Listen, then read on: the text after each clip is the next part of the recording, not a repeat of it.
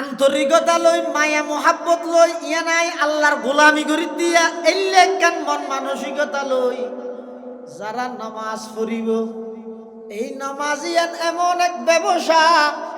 যেই ব্যবসার মধ্যে শুধু লাভে লাভ কোন প্রকারের গুনারি ক্ষতি নাই ইয়ান আন্তরিকতা লাগিব আল্লাহর পয়গম্বরের সাহাবায়ে কেরামল যারা আছিল ইতারা আছিল যে নামাজের আশিক আর হইলাম যে নামাজের ফেরত বিরিয়ানির আশিক বিরিয়ানি হইলে মারামারি হইব না আল্লাহর পয়গম্বরের সাহাবায়ে কেরামল যারা আছিল ইতারা নামাজ পড়ি দেখে আর তো কুরবানি বাজারত গেলেও নকরি ওমো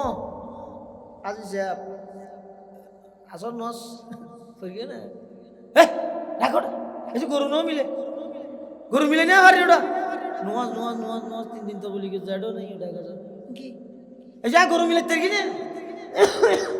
কুরবানি করার নাম তো ওয়াজিব ওয়াজিব আল্লাহ কিন্তু গইও তো গরু ইবে মিলে না ভারতে তুই তো নমাজ সারে দিলে আল্লাহর পয়গম্বরের সাহাবায়ে কেরামল হল্লে কঠিন পরিস্থিতির মধ্যে নামাজ পড়ে হইতে পারেননি যুদ্ধের ময়দানত তুমুল যুদ্ধ চলেন কাফের হলে তীর মারের বল্লম মারের মুসলমান হলে ইজ্জত দুরফারে প্রতিহত করেন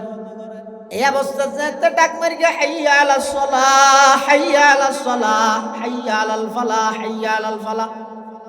যেতে নাকি নামাজের সময় গিয়ে যুদ্ধ করে দে কাফের বেঈমান হল্লাই